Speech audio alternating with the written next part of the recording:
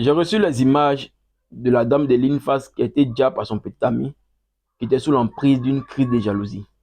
D'abord, mes sincères condoléances à la famille et que l'âme de la dame repose en paix.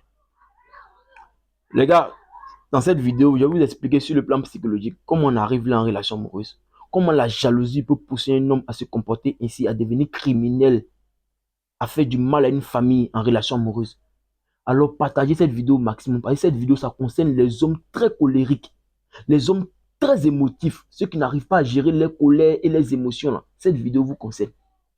Les gars, comprenez qu'en psychologie, là, la jalousie est une maladie.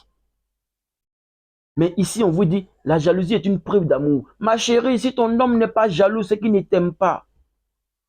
Et vous pensez qu'un homme jaloux est un homme qui vous aime ou qui exprime ses émotions ou qui exprime son amour. Non. La jalousie est une maladie psychologique. Et je vous ai dit qu'un homme ressent les émotions sur deux états. Un état conscient et un état inconscient.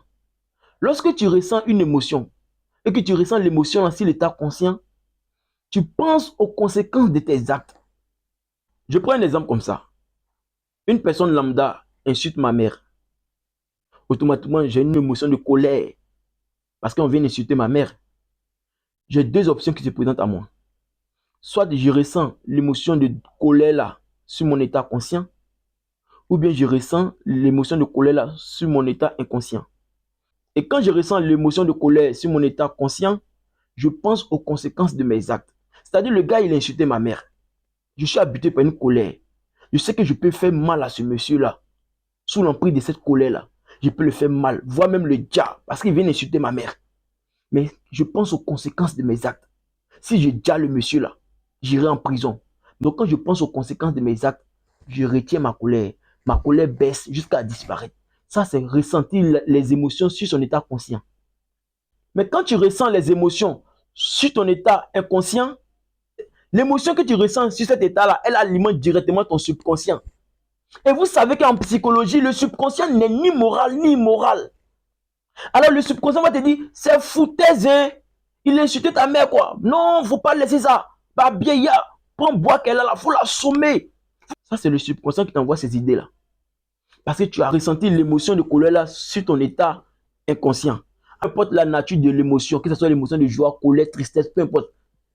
Tant que ce sont les émotions, ça alimente le subconscient. Alors le subconscient passe à l'action. Il t'envoie des idées en fonction de tes émotions. Donc lui t'envoie l'idée de prendre le bois, assomme le gars parce qu'il est insulté ta maman. Et toi tu prends le bois, tu assommes le gars. Le gars il déjà sur le champ. Et voici, tu viens de déjà quelqu'un. Tu vas en prison. Claire, tu as gâché ta vie comme ça. Et ça, c'est ça. Vous voyez ce qui se passe beaucoup en relation amoureuse. Parce que, remarquez bien, c'est les hommes qui gèrent les femmes. C'est toujours les hommes qui s'emportent sous l'emprise d'une crise de jalousie et ils gèrent les femmes. Parce qu'ils ressentent les douleurs là, sur leur état d'inconscience. Et le subconscient maintenant prend le contrôle sur leur cerveau et il les guide. Et le monsieur maintenant passe à l'action.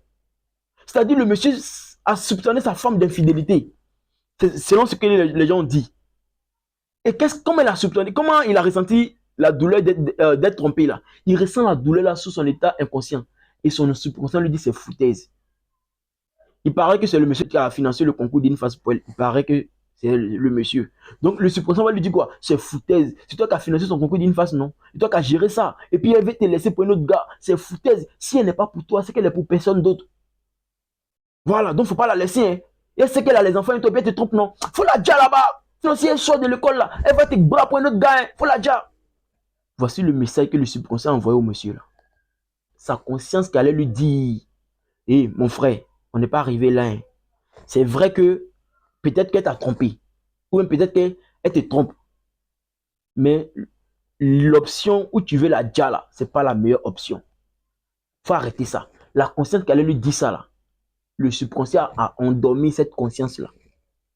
Alors, le surmoi, qui est la douane du cerveau qui filtre les messages ou les informations avant que ça n'arrive au cerveau là, le surmoi là ne peut pas résister aux pulsions là, ou ne peut pas résister aux messages venant du subconscient parce que le message est venu avec une forte intensité, une forte émotion. Donc, le message maintenant endort ou bien domine le surmoi du cerveau et le message arrive au cerveau. Et une fois que le cerveau reçoit une information, je vous ai dit, il y a deux systèmes, système de dynamogénie et puis système d'inhibition. Donc le système de dynamogénie, c'est que le cerveau envoie l'information reçue au système ou au centre nerveux concerné par l'information. Alors les autres centres nerveux du cerveau qui ne sont pas concernés par l'information, ils sont tous endormis. Donc la raison du monsieur, là, elle n'est pas concernée par l'information. Alors la raison du monsieur est endormie. Et le cerveau maintenant passe à l'action. C'est quand son subconscient le libère là, que sa conscience prend la place là, que sa conscience lui dit qu'il vient de dire à quelqu'un. Et c'est là qu'il se rend compte qu'il vient de dire à quelqu'un. Prison, gâcher sa vie, endeuiller des familles innocentes. Donc vous qui êtes très colérique en relation amoureuse, là, veuillez vous soigner, messieurs. Parce que vous êtes un danger pour la nation. Vous êtes un danger pour le pays. Vous avez des colères non maîtrisées là. Vous pensez que ça vous rend garçon, mais ça vous détruit, ça vous rend faible en psychologie. Apprenez ou périssez.